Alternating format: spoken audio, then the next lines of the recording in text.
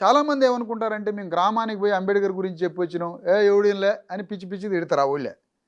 మేము పోయినాం గ్రామానికి పోయి అంబేద్కర్ గురించి, జ్యోతిరావు పూలే గురించి చెప్పినాం, ఈ అమ్మ మావాడు ఎవడైనట్లేదని పిచ్చి పిచ్చి తిడతారు.